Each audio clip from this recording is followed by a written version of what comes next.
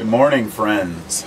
Well, today we're going to talk a little about numbers, numerology to be specific, but this is more about a specific question, I guess. Let's see. I don't really know exactly how to pose this. It's not really a question, but rather a statement that, many people claim that numerology can help us to understand the world better. And many people also claim numerology is nothing more than a bunch of, let's just say, chance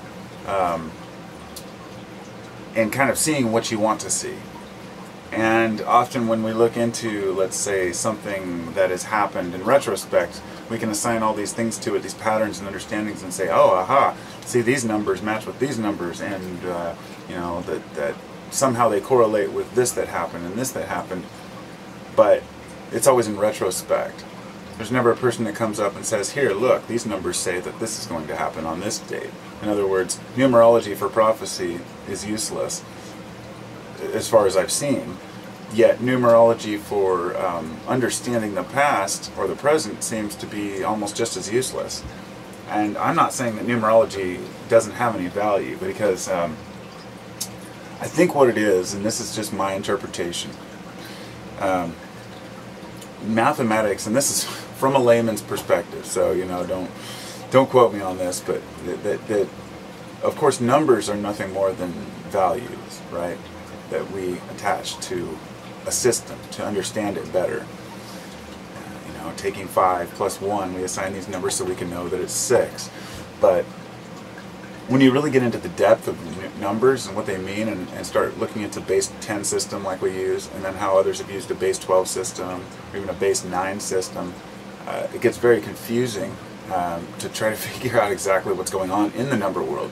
In other words, math comes across as if it's this perfect system that is universal, but we're basing it on the base 10 system that we use. I can't even get into it without getting all crazy into it. I need a little bit of inspiration before I read this. I was going to read this thing about the Lincoln, the correlations between the Lincoln and Kennedy assassination. In this book, I got it on, I don't know, Amazon for like $2 or something. It's called The Magic Numbers of Dr. Matrix. And I was recommended this book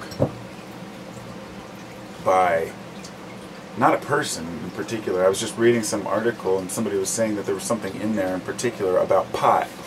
I made a video a few months ago about pi, 3.14, and I found these patterns within pi that had already been discovered, of course, but just in the first 20 segments, and I looked it up and found out that he had also as well found this out. So he was the first person basically that I found that had pointed this out.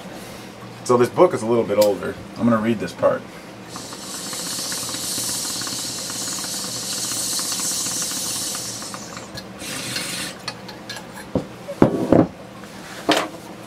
You ready? This is about Lincoln and Kennedy. So take it for what it is. This was Dear Martin Gardner, the two most dramatic and tragic deaths in American political history were the deaths of Abraham Lincoln and John Fitzgerald Kennedy. There are so many events of infamy that I am impelled to record them for you. Please use the following analysis if you wish, but with discretion. And then it goes on to a list of about 20 correlations between those two.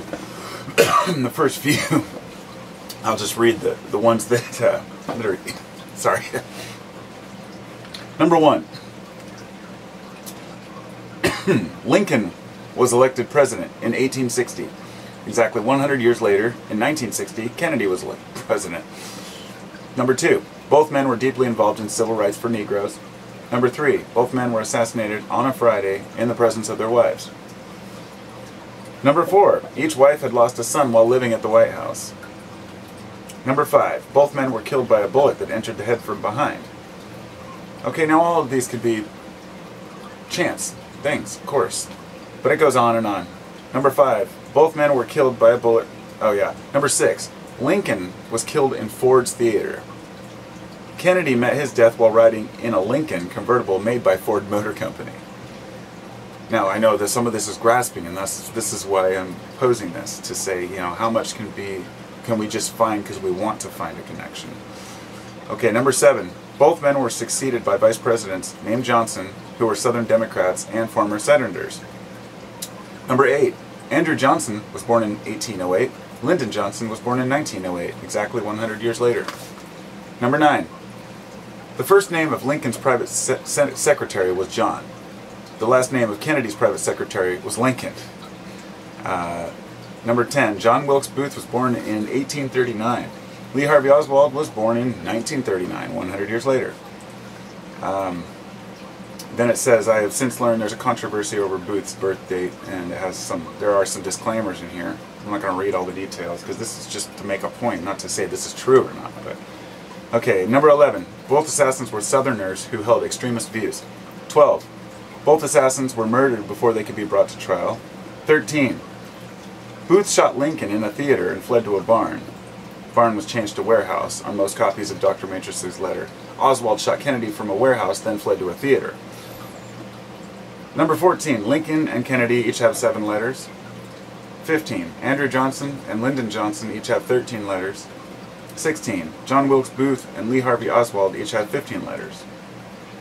Now this is where it gets interesting. It says, both the Federal Bureau of Investigation and the Secret Service, had they been skilled in the prophetic aspects of numerology, would have been more alert on the fatal day. The digits of 11/22, November 22nd, add to 6, and Friday has 6 letters. If you take the letters FBI and shift each letter forward 6 letters in the alphabet, you get LHO, the initials of Lee Harvey Oswald. He was, of course, well known to the FBI. Moreover, Oswald has 6 letters. Oswald shot from the 6th floor of the building where he worked. Note also that the triple shift of FBI to LHO is expressed by the number 666, the infamous number of the beast. Then it goes on to talk about this supposed Kennedy dollar that was printed during the time of his death, and there's a whole other controversy that has to do with the money that was printed during the time that were from Dallas, which happened to have the serial numbers KA, which people are saying is Kennedy assassination. Now, I'm bringing this forward as like one small example of just a cornucopia of shit that people have come up with, and connections and numbers and correlations. I would say some of the connections in that one are pretty intense, considering both of the people involved were leaders of the free world, if you will, at the time, and being separated by exactly a century, of course, is no big surprise, considering that, you know, what, it's 100 years, big deal. But you start to add up all the small details, and there seem to be these repeating patterns. And I'm not going to sit here and tell you that I understand them or that I completely believe them. The reason why I'm bringing this up is because I've argued 2 sides of the coin here. One side, I say people will always see what they want to see. They will always find connections they want to find, and it seems to always happen after the fact. When he said in there that, hey, if they'd been skilled in, you know, prophetic and numerology, they would have been able, what, to stop it? Would they have been able to make all those connections between the names? No, it's after the fact, because once you know the person and the letters in his name, then you can make connections in these, you know. But I've seen people on YouTube who take this to such an intense level that when something happens, like there was one guy I argued with last year, he was connecting Family Guy episode about Peter running over a bunch of people at the Boston Marathon, and then not too long later the Boston Marathon bombing happened. And this guy was saying that Family Guy had already known what this was going to happen, what Seth MacFarlane wrote it, what, you know, what he was privy to this going to happen, or something. But I think that what happens is people make these connections and they start to blame individual people rather than systems. So they think, if something happens on television, or someone says something and it ends up happening, or something happens related to that, people can look back on what was said and say, oh, this person knew this was going to happen. But did they really? Or, you know, or is this just a complete delusion? You know, are we making up everything in our heads to try to explain away why things happen? Or are there really deep underlying repeatable patterns in nature that are mathematical in nature that we catch a glimpse of once in a while, kind of like a still moment in the pond, and then it goes back into ripples on a windy day, where you can see that reflection for just a minute, but usually it's garbled. I have a strong belief that ancient history can be understood a lot through mathematics, geometry, and why our ancestors celebrated certain forms and ideas, because they knew they were universal forms. And these weren't just people thousands of years ago who were ignorant carving pictures on rocks. They knew that symbols and numbers couldn't be conveyed because they were a symbol that represented an amount. So by using shapes, you can get past having to use alphabets or numbers, and you begin to see this universal language through geometry, which is why all these different symbols have been used for so long. And that's another point I'd like to make. When people see a pyramid on a company logo or something, and they think, oh, these people are Illuminati, or I've seen people sit and pick apart like a particular like a company logo to try to say, well, this is what they're trying to say, or they belong to this cult or that group, or that they knew this or that. The fact is, there are only so many shapes a person can use, but the patterns, these underlying shapes and symbols, are all like deep within us. We're all well aware of them. They kind of something that permeates through us as a society. I guess it's harder to explain, but